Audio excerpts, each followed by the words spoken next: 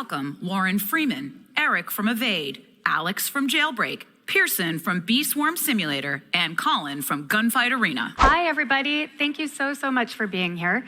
I am here with an amazing panel of developers. I think all of you probably don't need an introduction, but let's do that anyway if there's like one person in the audience who doesn't know who you are. Yeah, hi. Sorry. My voice is cracking, so bear with me. I'm Pearson Harbutt. I'm Onett, the developer, the sole developer of Bee Swarm Simulator. I joined Roblox in 2009. I worked on my own mobile games for many years and finally made my first Roblox game in 2018, Bee Swarm, and I've been at it ever since. Yeah.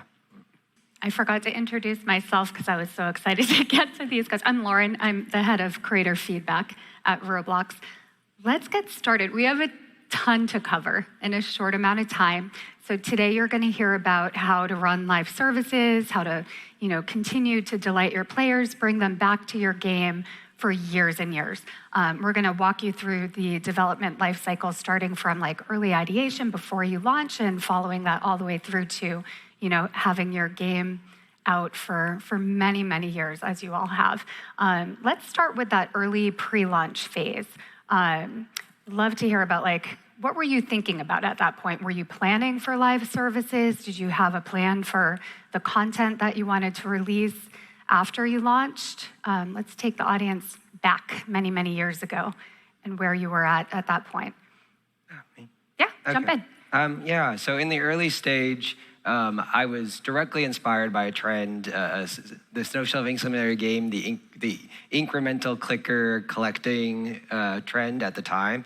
And my entire conception was that I wanted to take this very addictive and visceral mechanic and turn it into a more proper world. And I reflected in the early stages on my favorite games growing up, MMOs, and I had pretty thorough spirals. And I think I had a pretty good conception because the initial reason for making the game was so straightforward. What was going to make mine stand out was the elaborate stuff. So, yeah. Did you was your intuition right? So once you launched the kind of content that you had planned, was that the content your players wanted, or did it? Absolutely. Yeah. I think so. What Bee Swarm added was basically just more complex mechanics to something that people already knew, were very familiar with, and that's why it stood out. On top of also just having a unique style and stuff. But I think from the start, I had a game plan of, okay, I'm going to hook them in like this, and then I'm going to sink a couple more hooks into them once they unlock this gate, once they discover this new mechanic. And that was a very conscious plan, and I just kept adding layers to those hooks, and yeah. Cool. Let's jump to the next stage. So, you've been post-launch for a little while. How did you prioritize subsequent content updates or running events? I'd love to hear a little bit about how things, changed once you have players coming into your experience at higher volumes.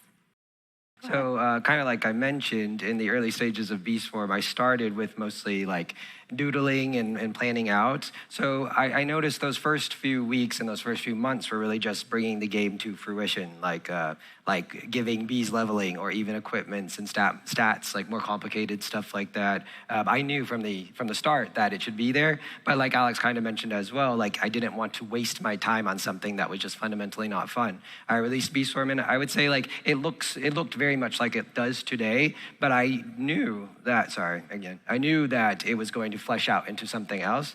And so it was much easier to do those first few updates because I knew exactly what it had to be. Mm-hmm. As I got a few months in, I started, these were bottom of the barrel type. Not bottom of the barrel, or ones that were a little more ambitious and stuff, or not quite as essential. And I could become more experimental because Bee Swarm had a more solid base.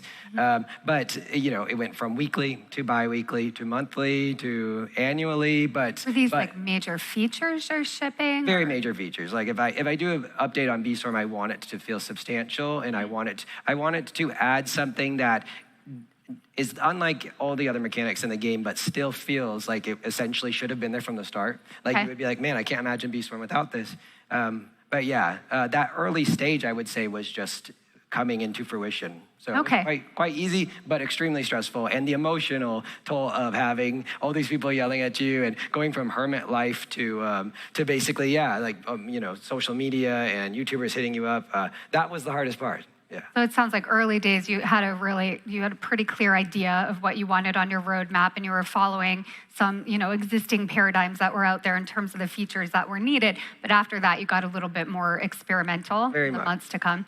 All right, let's spend a little bit of time on. We've kind of covered on this. Or Onett, did you want to add something? I Go think ahead. there's a tidbit that could be useful. Yeah. So, like in regards to how much you're releasing content and stuff, I think we've seen it clear as day with certain trends that have come and gone that you can quickly, by caving to demands of the community and what seems so obvious, follow trends without even realizing you're doing it and tacking stuff on until your game becomes top heavy and caves in on itself. I think the reason Beastform has lasted relative to other incrementals, other simulators and stuff, is because I built a trust with the players that they knew, like, okay, I'm not giving you what's the most obvious update right now. You want the weekly 5 new views, you want this or that, but I'm giving you what I think you will desire more in the end. And that's what allowed me to get away with a slower cadence and gave the game more longevity. So many games don't even realize that they're chasing trends, that players will go to other games and get their fix there. And your game just becomes a hollow kind of just representation of a moment as opposed to its own product. So you have to, my philosophy, I work really slowly, but my philosophy is to really think about your updates before you put them out there and don't just chase, the short term. Yeah, whenever you talk about this, it really strikes a chord. It seems like you've done a great job maintaining your initial hypothesis of what the game should be and what it needs to be, and not pandering to the noise. You factor it in, but it's not what's driving. I'm very stubborn about that. I'm very sensitive, so I do listen to the noise, and I watch my Discord, I watch YouTube and stuff. But I think the reason Beastform has remained its own thing and remained alive was because I chose to stay on the path that I took when I started. I haven't brought on help, so there's been no dissolution of accountability or creative vision. And I think that's one of the special things about Roblox. I don't have to work with a team. I have this invisible team behind me that is taking care of all the technical stuff, and I'm allowed to do the more fun and simple and naive side of design and drawing and music, and that's what's made it retain its core. How has your team evolved, if at all, from pre-launch to later? After launch, say a couple months, 6 months later, a year later, did you grow your team? Did you find yourselves having to hire new disciplines? I didn't think about this in rehearsal or anything, but when you're talking about the team, it just naturally coalesced. My Discord just manifested, and they had to force me to get ownership of it. And Beastform is the way it grew mechanically. It wasn't like a typical RPG with typical stats and stuff. There's this huge macro community and really brilliant people like the Natro Macro guy that transformed. The community transformed the game, and I had to adapt to how they play. And I found that so engaging for me. It was fun for me to put out my cards, these certain mechanics, and see wow, instant conversion does this when they do this, and I never would have thought that, and to try to save mechanics that I thought were essential, like capacity or whatever. But essentially, Beastform grew into this crazy kind of hyper min-maxed macroing game with spreadsheets and stuff that I never anticipated. And so it wouldn't be fair to say that I designed it all myself. I think on team scale, though, I don't like a contract. I don't want to go a corporate route, because I've seen it pan out where like you said, when it's an individual or it's a friendship, there's a soul there. There's something infinitely accountable. As soon as it's an arrangement to make some money between people, you will start to inevitably lose it. And but the nature of social media and all of this is that we have that that back and forth, and we have those guiding hands and those brilliant people that rise up and out of their own will and passion and love for your game put countless hours into these auxiliary tools and just setting up Discords and stuff. Yeah. And that feels way more natural and better, It's just so cool. Just more this honest. concept of the broader community and influencers as an extension of your team. But I also know for you, Onett, you shared that your community knows who you are. You engage directly. You shared that you show up at events sometimes. Tell us about that. Yeah, we haven't talked about those types of things. So when I made Beastform, I had Onett like sitting on the hives. I had Onett as an NPC in one of the earliest quests, and I knew from my interactions with like game masters in like MMORPGs that it was that human element and that human connection to the people steering the ship that made it feel like you were part of something communally. And so, yeah, I would spawn monsters in on people. I'd spawn sprouts and stuff. And in real time. In real time. In the server. Like before messaging service, like sending messages out or role-playing as the bears during Christmas and stuff.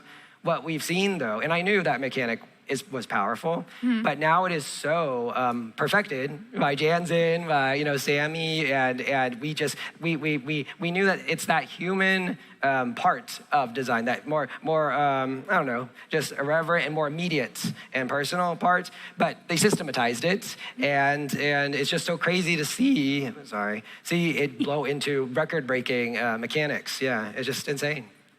Let's dig into another topic. So all of your titles have been in the market for quite some time. Let's talk about how you've got new players coming in for the first time, but you've got, players who have been around for a really long time. How do you balance that? Because that seems really hard. How do you make sure you're not alienating a certain player? How about you, Onett? Yeah, wait, what were we just talking about? Oh yeah, okay, so how do you make the late game players and the new players? I think I kind of touched on this a little bit. I think when you join Beastform for the first time, what you do at first is very similar to what it was in 2018. Beastform was already constructed in such a way that you have to unlock gates. You're hidden away in buildings and hidden away by talking to bears and stuff. It unravels the more complex stuff to you. So I could just hide those further in.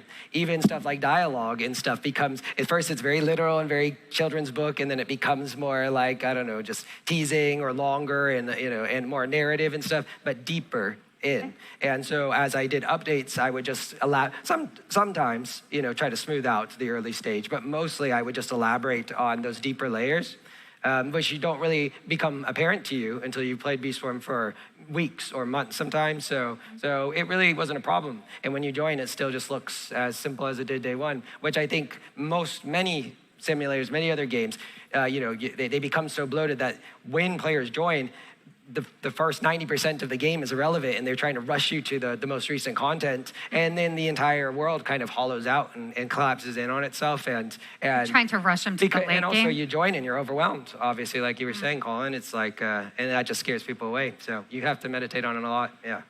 That's time. There's a blinking red light, so I'm assuming that means we need to go. But how about a round of applause for our amazing developers? Thank you so much, you guys. Awesome. Good job.